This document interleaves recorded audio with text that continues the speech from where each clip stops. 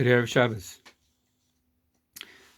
The story is told, and you might have heard it before, about a rabbi that's standing in front of his congregation, reporting to them that there is a major physical problem, a big hole in the roof, and says, I got good news and I got bad news. Good news is that we have the money to repair the hole. Bad news is the money's in your pockets.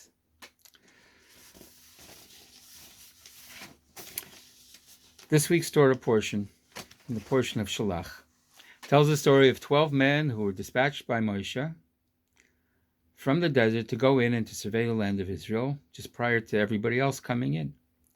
They were going to prepare us on how to get in, the best ways to take over the land and to settle there, the land of Israel, the land of Canaan, that was going to turn into the land of Israel. And the mission ended in unfortunate disaster. The spies came back and bred fear and despair amongst their fellow Jews. A kind of national hysteria ensued. We refused to continue the journey.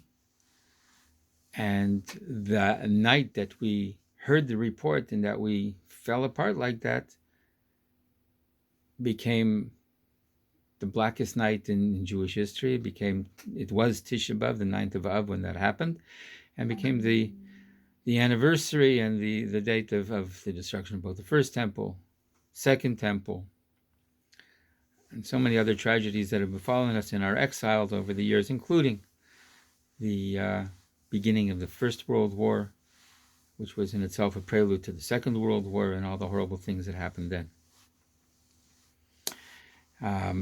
But there's a sequel to the story.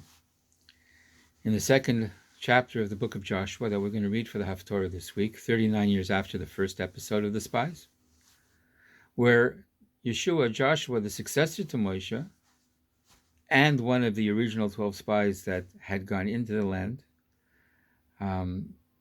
is about to bring the Jewish people finally into the land of Canaan. And he sends 2 spies. And this time, the mission ended in success. They returned to the people with an optimistic message, encouraging the people to reach the destination. What was the difference between the 2 episodes? So let's just sort of backtrack a bit. When Moshe sent them on their mission, he gave them a list of questions they needed to answer. He said, see the land, how is it? The nations that live there, are they strong or weak? Are they many or few? And the land that they live in, is it a good land or a bad land? And the cities, are they open or are they fortified? And when they returned from their 40-day journey, they presented the people a report of their findings.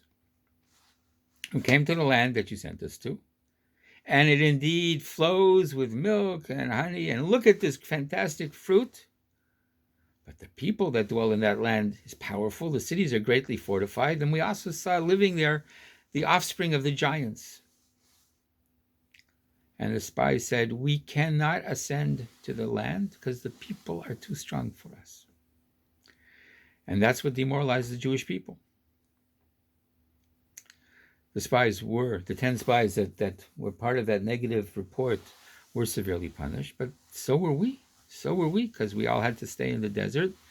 And the generation of men from the ages of 20 to 60 who had so despaired of the upcoming invasion of the land and how we were going to take it over and conquer it, and they fell apart and said, we'd rather die in the desert. And God said, okay. And so they had to die in the desert. And so for the next 38 years, on Tisha B'Av night, anybody that was reaching the age of 60 went and dug themselves a grave and lay down in it. And 15,000 guys didn't wake up in the morning. All those that were older than 60, all the women, all those that were under 20, they made it into Israel, but that particular demographic block was lost in the desert. Of the many questions raised by the biblical commentators, why did the spies get so punished? What did they do wrong? Moshe gave them questions. They brought back the answers to the questions. And I mean, that's what they did. So what did they do wrong? The answer is that if the spies had merely come back and given the answer per se and really related to people the reality of the situation as they saw it, it would have been perfectly fine. But they did more than that. They used the difficulties that they observed as an incentive to introduce the idea that, hey, this isn't going to happen, that we need to surrender and forget about this. If they come back and said, hey guys, we've seen a mighty people and well-protected cities in the land, and now we need to devise an effective strategy on how to go about this challenging mission, no problem. But when they started to say, hey, we can't do this anymore,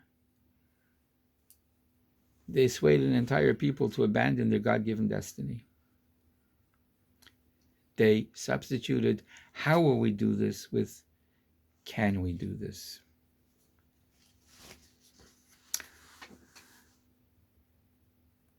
At their 65th wedding anniversary, somebody asked Milton, what was the secret to this enduring marriage? Milton said, for 65 years, I've been a little bit blind and a little bit deaf. And how about you, Hannah? How do you explain the secret to the successful marriage? And she says, for 65 years, I've been completely blind and completely deaf.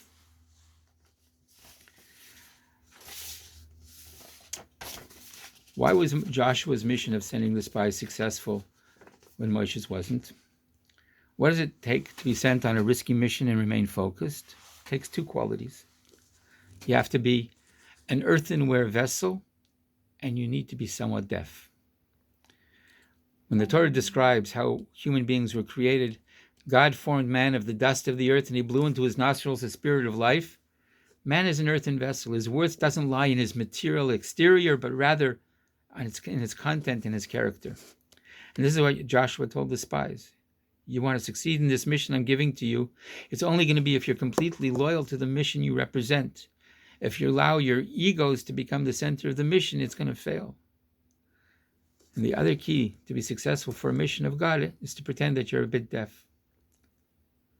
Any person who's ever undertaken a task for doing something worthwhile has been told, at least by somebody somewhere along the line, you're crazy, it'll never work, it's not worth it, it can't be done. You want to build a shul? It won't work. And if a person listens to all the advice, he'll never succeed in accomplishing God's mission. Whenever we try and start something new, there's always somebody to say no. So Joshua tells the spies, the only way to be successful is to be a little bit deaf to negative encouragement. You got no time or energy for pessimism or for doubts. God sent you on a mission to make this world a divine world. He sent you to take a land of Canaan and turn it into a land of Israel. And if he sent you, then it means that you can certainly succeed. And each of us has a domain in our life that needs to be conquered, a terrain that needs to be transformed from secular and mundane into holy land. And some of us need to battle fear, some of us temptation, perhaps some of us embarrassment. In order to do that, challenges that lay in that path are at times frightening, and we're tempted to believe that we're incapable of overcoming our darkness, and so we surrender. And though the feeling's understandable, it's a mistake. And it's a mistake that we need to consciously fight against, because it robs us of the opportunity to liberate our souls and to arrive at our own personal promised land, to succeed and accomplish what we were sent into this world for. The idea of resignation compels us to remain stuck for the rest of our lives in a desert made up of shame and insecurity and weakness. The question should never be, can I do it? The resources to repair the hole in our personal roof are always present. Every problem can be dealt with somehow. The only legitimate question really is, how do I do it? Wish you a good Shabbos, a Shabbos that empowers you to accomplish what you need to in the weeks ahead. Shabbat Shalom.